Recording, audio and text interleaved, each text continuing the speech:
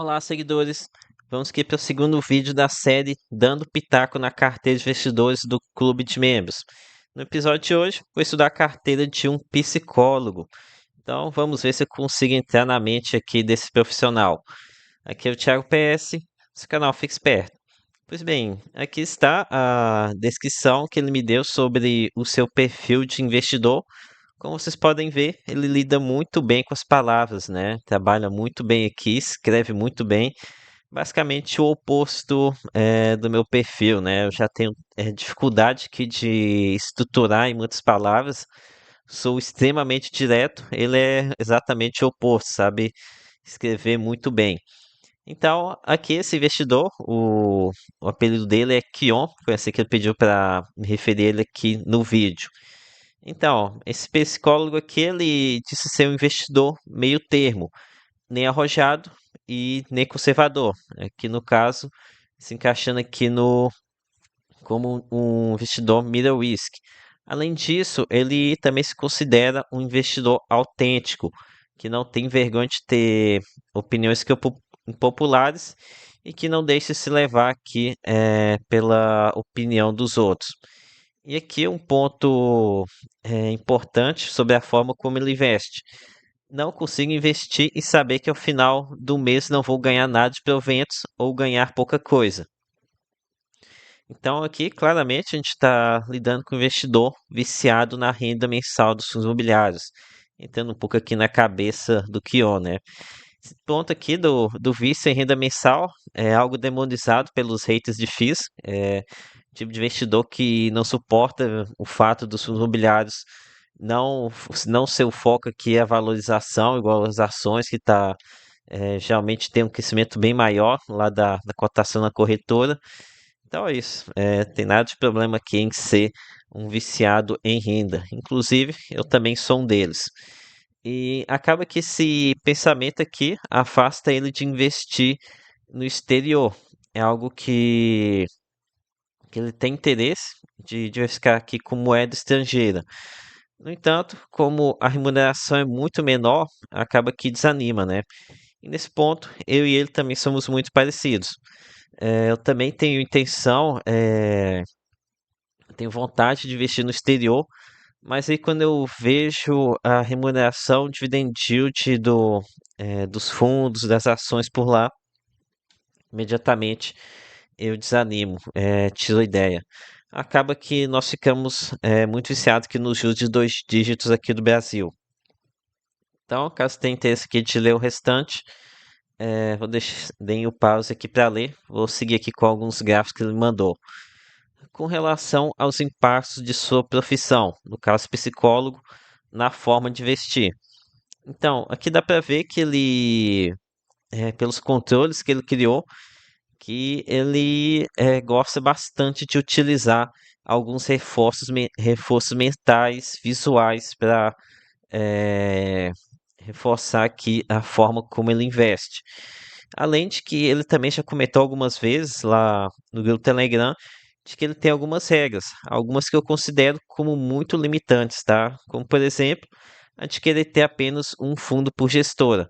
Parece que ele não conseguiu ainda colocar essa prática aqui em essa prática, essa questão em prática, mas ele fala que é um dos desejos dele. Provavelmente, acho que de tanto tratar a mania das outras pessoas, acabou criando aqui suas próprias manias também.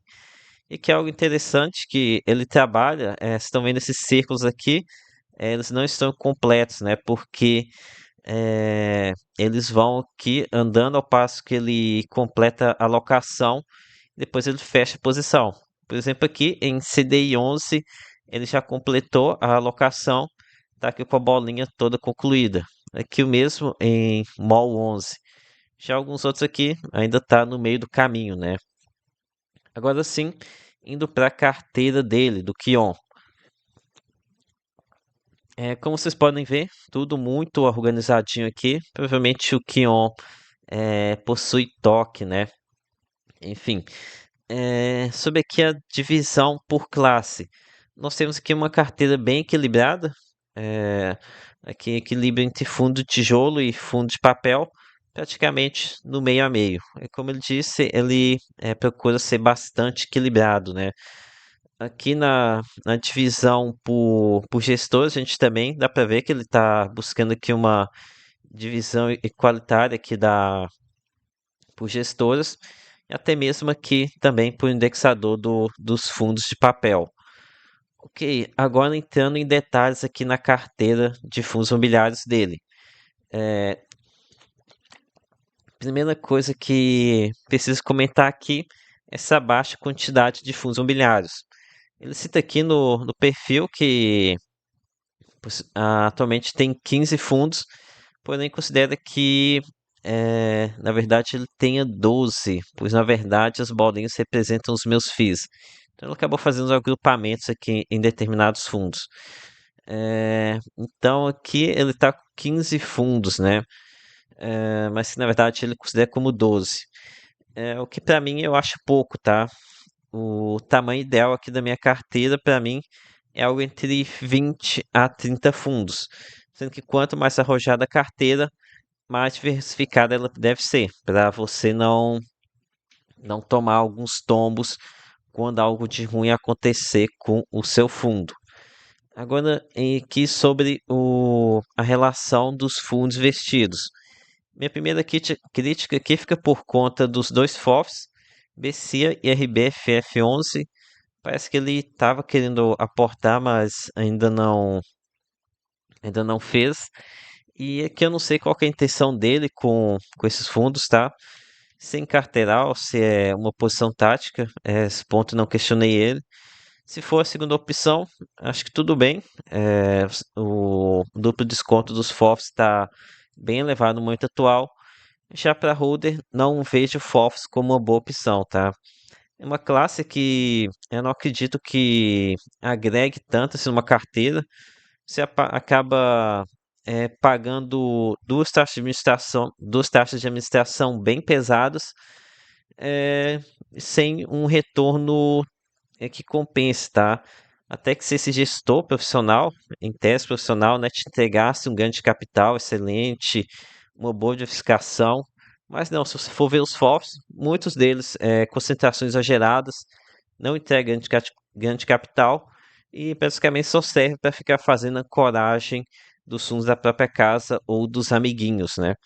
Então, para mim, FOFs é uma classe que não faz sentido, ainda mais com essa taxa de administração deles, de 1% ao ano. Isso é coisa demais, tá? Não tem todo esse trabalho assim para fazer a gestão de um FOF. Até que se um dia aparecer aqui uns ETFs, FOFs com funcionamento parecido com o de ETF, com uma taxa baixinha, até que faz sentido. Atualmente a gente tem os do Banco Inter, né? O IT11 para fundos de tijolos e IT-IP11 para fundos de papel. No entanto, o Banco Inter é uma porcaria, fundo não pró-cotismo, faz emissão abaixo do IP, acabou que nenhum dos dois fundos foi para frente, mas a tese era boa. Ok, agora aqui os fundos com ticker verde aqui, é positivo, são fundos que eu tenho na minha carteira sem problema algum. Já os com vermelho dificilmente entrariam, tá? Além dos FOFs, aqui eu não teria KNCR11 e XPCI11 devido ao prêmio de risco não ser adequado. Talvez até XPCI11, dependendo do tanto do desconto, mas KNCR11 raramente dá uma oportunidade de compra. Já RBVA11, eu imagino que foi uma tentativa dele de buscar diversificação no segmento de renda urbana, na qual ele acabou se viu encurralado, né, entre o dividend yield reduzido de HGRU e o agitado TXF11 ou GAD11. Daí optou por ir de RVBA11. Isso aqui não é o primeiro caso, tá? Eu já vi uns investidores que queriam diversificar no renda urbana, mas acabaram não encontrando um fundo que tivesse o perfil deles, aí eles acabaram indo para Rio Bravo. E que provavelmente o Kion não investiu em fundos imobiliários, que o Rio Bravo aprontou tanto ao ponto de receber o apelidinho carinhoso de Rolo Bravo. Deixa eu ver se ele contou. Ele não falou que há quanto tempo. Ele falou há quanto tempo que investe. Eu considero que tem 1 ano e meio de. Não, acho que pelo menos esse texto ele não falou há quanto tempo que ele investe, não. Mas enfim, aqui em RBVA 11, a Rio Bravo aprontou também, tá? No caso, na renegociação dos contratos com o Santander, meio que deixaram o bancão fazer o que quisesse com o fundo, com os contratos atípicos, rompendo o contrato atípico, para no final das contas o fundo estar devolvendo várias agências do mesmo jeito. Então, é uma negociação completamente errada, né? Aceitou negociar com o fundo em meio àquele período de isolamento, claramente em que o banco tinha muito mais poder de compra. Podiam muito bem, sei lá, tentar dar algum desconto aí, parcial, e depois renegociar quando passasse essa época lá, que foi 2021, tentar deixar um pouco mais para 2022, mas não, acabou tomando um tombo enorme. E para fechar a conta ainda, jogar no fundo educacional da casa dentro do fundo de varejo, o que vai resultar aqui em mais dor de cabeça daqui a alguns anos. Pode esperar, tá? Vai ter dor de cabeça. Enfim, essas aqui são as minhas dicas. Aumentar a diversificação na carteira, ter mais fundos. Buscar aqui fundos com melhores relações risco-retorno aqui para a carteira de fundos de papel. E RBVA 11, infelizmente, as opções de renda urbana realmente não são das melhores. Mas seguir aqui estudando para ver se aparece alguma coisa boa por aí. Então, foi isso, galera. Se quiser ver sua carteira aqui, participe do clube de membros e entre em contato comigo por lá. Então é isso. Peça seu like, se inscreve aqui no canal. Lembre que nada aqui é recomendação de compra ou de venda. Até a próxima.